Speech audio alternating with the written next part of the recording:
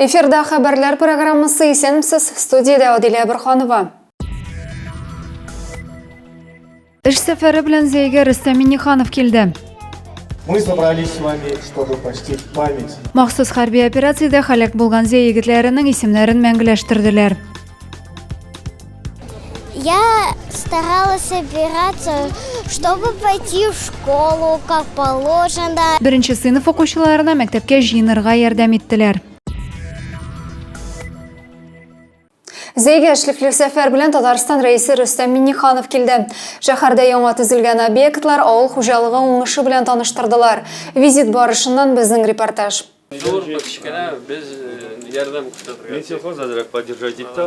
Рустам Миннихановны Зейнең авыл хуҗалыгы азык-төлек җитештерү эшләнмәләре күргәзмәсе белән таныштыралар. Һава торышының үзенчәлекле килүенә карамастан район игенчеләре кырдан 93 мең ярым тонна уңыш җыеп алуга иреште. Уңдырышлылык гектарыннан 26-27 центнер тәшкил итә.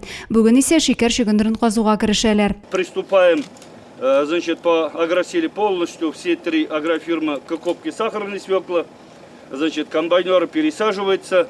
Значит, мы свалили в валки полностью уже рапс, который стоит, мы обработали силиконом. Значит, 5000 гектар рапсичок молотить надо, 5000 гектар у нас подсолнуха. И завтра, четверг, маловерса, приступаем к уборке кукурузы на силос. Рустам Минниханов зәйлеләрнең авыл хуҗалыгында нәтиҗәле эшләүләрен билгеләп үтте. Терлекчелек тармагын тергезүдә булган проблемаларга аерым тукталды. Татарстан рейсы Ринат Фәрдиев исемендәге татар гимназиясендә дә булды. Яңа уку елында мәктәп 300-дән артык укучыны үзгәрешләр белән каршы алачак. Бина капиталь төзекләндерелде. Беренче катта заманча китапханә булдырылган. Интерактив тоқтава. Монда балалар килә, комиссия килә, үзенең докладын яклап, монда бик уңайлы урында. Рустам Минниханов мәктәп ашханәсендә дә булып туклануны оештыру белән танышты. В Заинском районе мы обслуживаем и город, и село. Это наша продукция, да, это наш тоже формат продукции. Һәр катта укучылар өчен ял итү урыннары булдырылган, яңартылган уку кабинетлары, спорт залында барган түгәрәкләр шәнлеге белән дә танышырга мөмкин булды.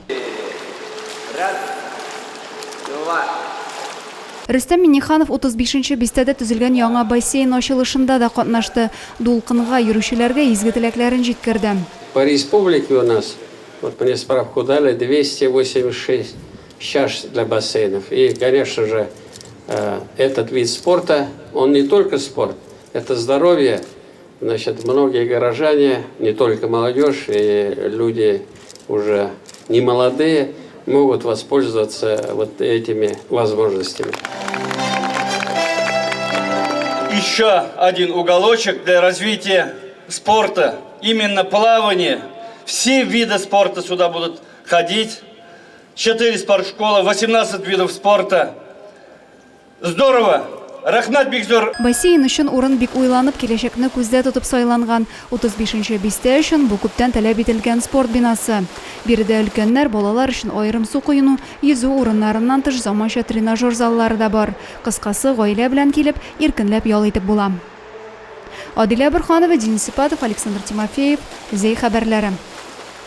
22 август Россия флагы көнендә СВО зонасында халак булган якташ егетләрнең исемнәрен мәңгеләштереп, истәлек такталары ачылды. Алар кече сержантлар Михаил Музыченко белән Алексей Агашкин һәм өлкән прапорщик Василий Каплин. Истәлек билгесе ачылу чарасыннан безнең репортаж.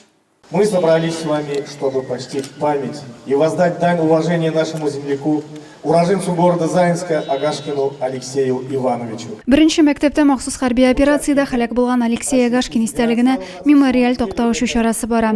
Район башлыгы үз чыгышында өчен патриот итеп тәрбияләгән әнисе Анастасия Филипповнага рәхмәт сүзләре җиткерде. Парни погибли ради мирного неба для наших детей и внуков, ради родной страны. Память об их героизме будет в наших сердцах жить вечно. Алексей Агашкин искезе егете истәлек тактасы ул белем алган мәктәптә ачылды. Хәрби хезмәтен һава десанты гаскәрләрендә үткән. Узган елның сентябрендә контракт буенча килешү төзеп махсус хәрби операциягә китә. Кече сержант Алексей Агашкин халак булганнан соң батырлык ордены белән бүләкләнде. Геройны 1 минут тынлык белән искә алып, истәлек билгесенә туры чәчәкләр салдылар.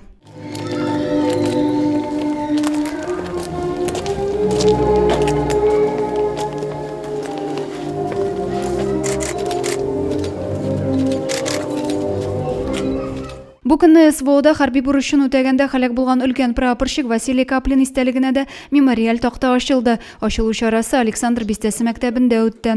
Тантанада геройның әнисе, якыннары, шик сагында хезмәт иткән иптәшләре катнашты. Район башлыгы үз чыгышында аның батырлыгы, каһарманлык үрнәге булып торуын билгеләп үтте. Василий Каплин 2006 елда армия сафларына алынып, шик сакчысы гаскәрендә хезмәт итә. Хәрби бурычын үтәгәннән соң хезмәтен 10 ел дәвамында контракт буенча дәвам иттерә. 18 елдан оборона министрлыгы килешүен нигезендә хезмәт итә башлый. Чара Василий Каплин истәлегенә чәчәкләр салу белән тәмамланды. Адилә Борханова, Александр Тимофеев, Максим Майоров, Зей хәбәрләре.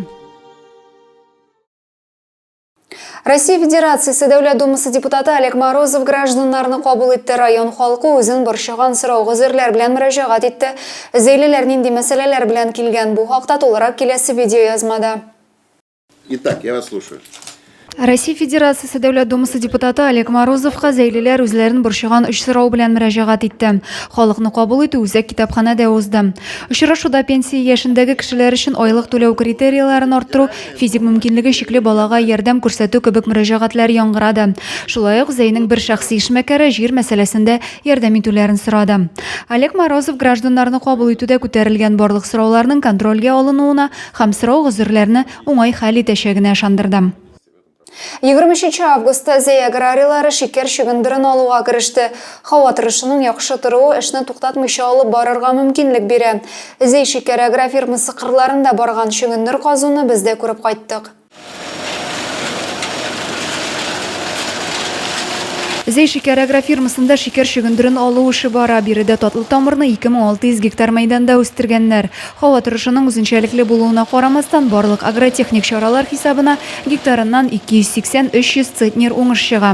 Менә кичә башлау көнендә үк нормага керештек. Бөтен агротехник үтәлә, әйбәт кенә алып башладык. Җылның чәчүе дә, коры торуына да карамастан Жылына кары яхшы урожай көтелә, 300 центнерга хәтле. Ропа комбайннары артыннан күзе ярым көннәрнең чагыштырмача коры торуы эшне туктатмыйча алып барырга мөмкинлек бирә.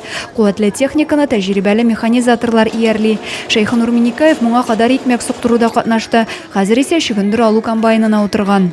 Корылыктан соң әле корылык кына дип әйтергә алмый. Чөгендерләр матур гына тикшереп чыккан.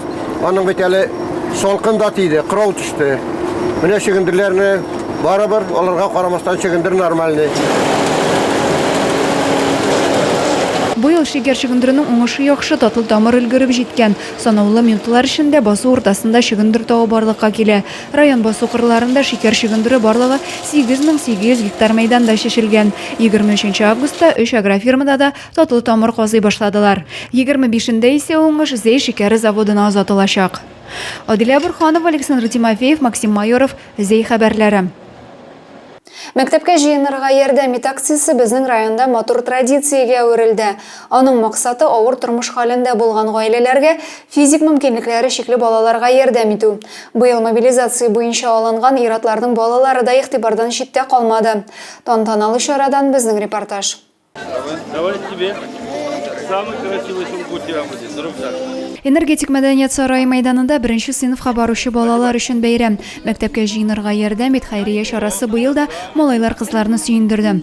Тормышларындагы зур вакыйга белән балаларны район башлыгы тәбрикләде. Добро пожаловать, классы вас ждут, школа подготовлена, питание будет бесплатно в Лабюрса. Ну, с праздником! Зәйдә быел тәүге тапкыр мәктәп бусагасын 530 бала атлап керәчәк. Хәйрия акциясе кысаларында 103 бала мәктәп портфеле алды. Бәйрәмгә чакырылучылар арасында улы Ратмир белән Лейсан Камолова да бар. Безнең өчен быелгы ел бик җаваплы ел. Без 1-нче класска барабыз. Әзерләнеп беттек, дисәң дә була. Вот. Нәрсәләр аласыз? Безнең аласы калды. Портфель аласы калган иде. И дәфтәрләр, ручкалар калды инде. Бүтән әйберне алып бетердек. Гаиләләр иңенә төшкән авырлыкны беразга гына булса да җиңеләйтү өчен матди ярдәм күрсәткән кешеләрнең барсына да рәхмәтле әтияниләр. Бәйрәмгә килгән сабыйлар исә мәктәпкә укырга керүнең тормыштагы зур шатлыклы вакыйга икәнне төшенделәр.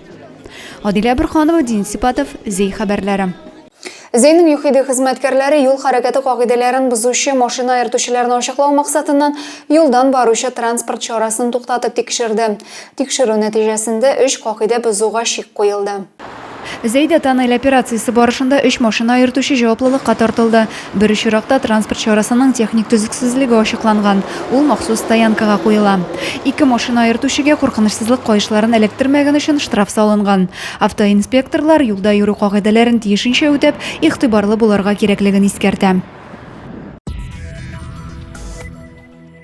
Зәйдә республика һәм шәһәр көне 30 августта Ринат Фәрдиев исемендәге ял паркында уза. Бәйрәм кичке 17 сәгатьтә балалар һәм өлкәннәр өчен төрле бәйге уеннар, күргәзмә, мастер-класслар, концерт тамашалар белән башланып китә. Төп сәхнәдә театральләштерелгән күренешләр була. 18 сәгать 30 минутта тантаналы төстә шәһәр көне ачылышы. Аннары энергетик мәдәният сарае, район мәдәният йорты үзешчәннәре чыгыш ясаячак. Кичке сәгать 9 тулып киткәч, якташ җырчыларыбыз Марат Галимов белән Ясмин үзләренең матур җырларын бүләк итәчәк. Барчагызны да бәйрәм чарасына көтеп калабыз. Җомга чыгарылышын шуның белән төгәллибез. Мин сезнең белән сау булашам, сау сәламәт булыгыз.